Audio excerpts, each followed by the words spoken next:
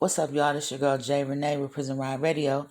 I hope that you're doing well. This morning we got a brother back by the name of Matthew Brown Edwards. He's been here before. If you keep up with the podcast, he's been here a couple of times to talk about his case and things that's going on with him and the new evidence that came that would exonerate him from the crime that he's been charged with. He's been having some hardship, and we just want to make some emphasis on some of the things that's been going on that we know aren't right and try to see how we can assist him. He wants, everybody to know what's going on so we can get some hands on deck in this matter if necessary. So let's start. Hey bro, how you doing? I'm doing good. Thank you for asking. How you doing, Jay? I'm doing all right on this morning. I'm glad that you can make it back to speak with us about the new things that's going on with you. The last time we spoke, you were looking forward to being able to have your another day in court, especially with this new evidence that came that shows that you didn't do anything wrong, like you've been saying from the beginning. Before we get into the meat and potatoes of that, give the people a quick overview of who you are and where you're from. Well, like Jay said from the beginning, my name is Matthew Brown Edwards. I'm 27 years old. I'm from Chicago, Illinois. I grew up all throughout Illinois, though, from Chicago to the suburbs. I moved to Wisconsin probably about 8 years now ago, and I've been incarcerated inside of a county jail since 2018, January 17th of 2018. I was locked up when I was 22, and like I said, I'm now 27. Yeah. Okay.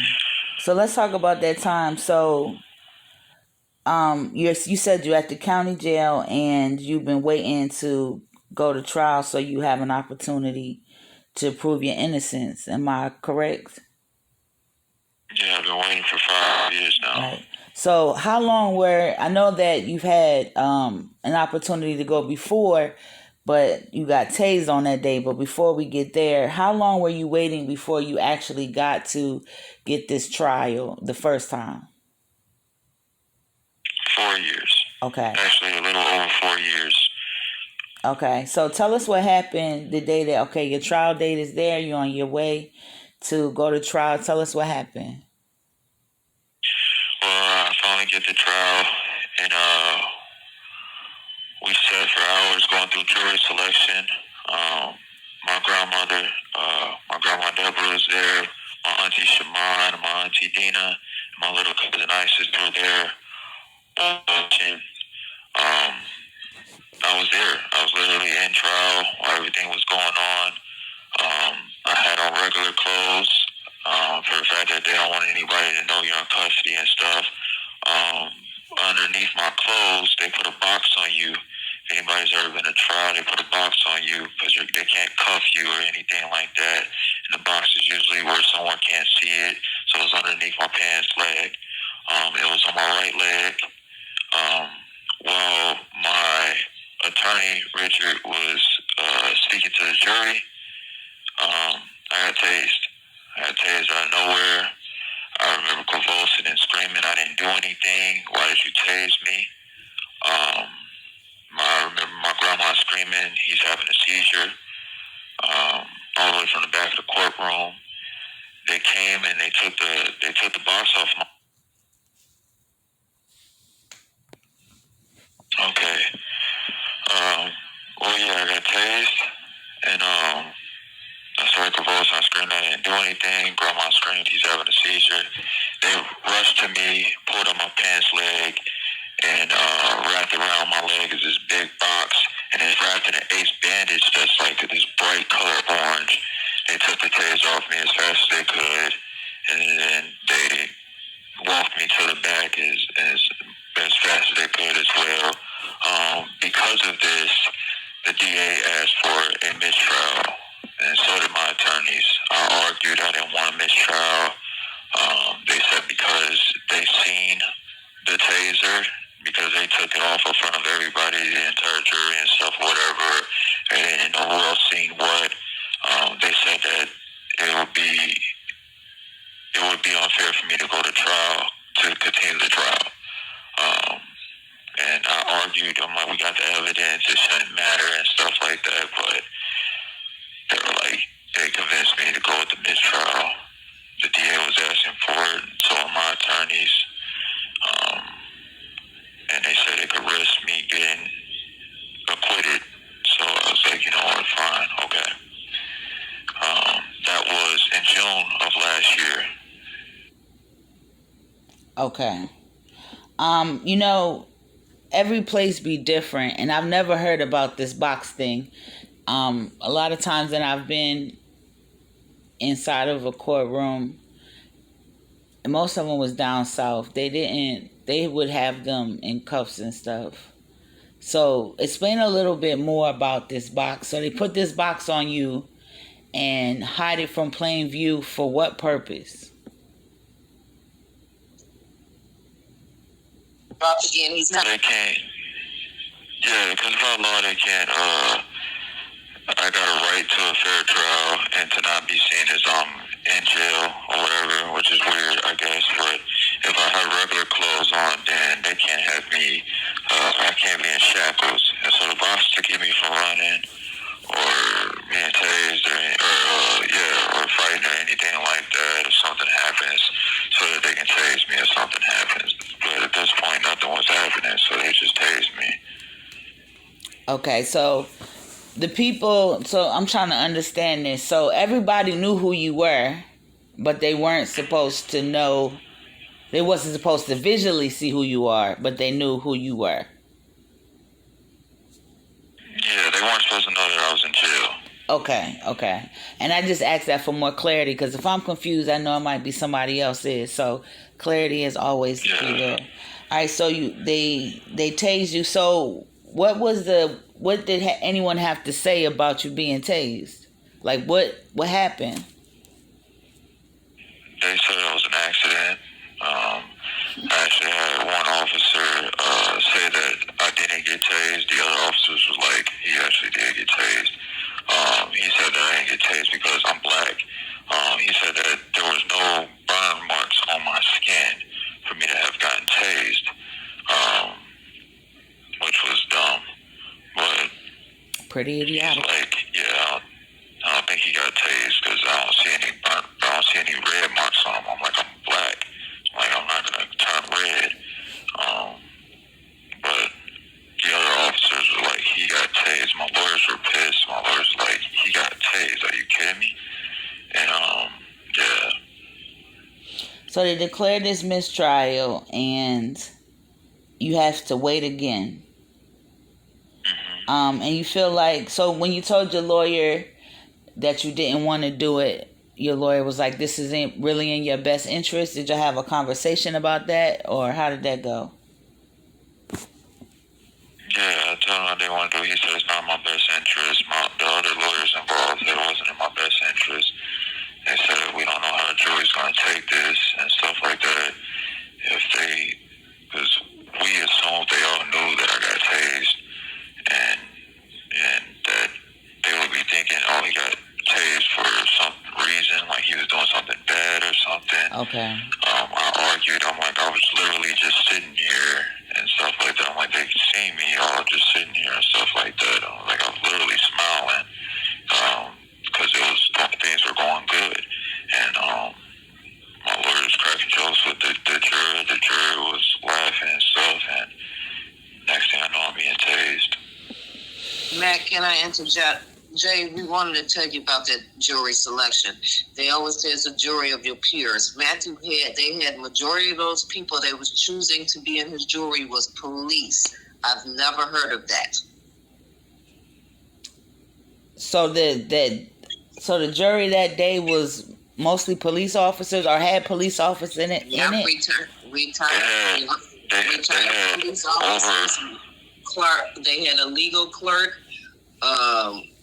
A lot of seniors, but most of them heard of the case. They had one lady who was familiar with the family. It was actually police officers. It was a lot of police officers. My first attorney, who me and her actually had a close relationship before I even got locked up, the supervisor of the public defender office, Ann Larson is her name. When I spoke to her, she's like, I've never seen that. I've never seen that. She's like, that was really strange. There was a lot of retired police officers, still current working police officers, fire department officials. It was really strange. She said she never seen that before, and they did all get removed, but it was still strange. Wow. And so your lawyer knew that these people were law enforcement and she couldn't do anything to try to thwart that?